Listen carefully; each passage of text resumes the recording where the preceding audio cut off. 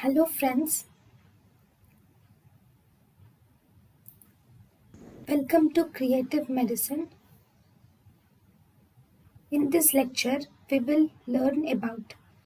Hello friends, let us now learn some important points about cyproheptadine. Cyproheptadine blocks is a 5-HT blocker. It has additional H1 blocker and it also has anticholinergic action.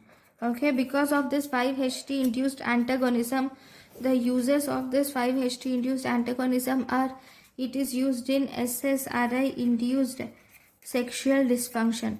Cyproheptadine is used in SSRI induced sexual dysfunction. It is used in carcinoid syndrome, and also it is used in post gastrectomy dumping syndromes. It is used in post gastrectomy dumping syndromes. So these are the important uses of cyproheptadine. Thank you for watching.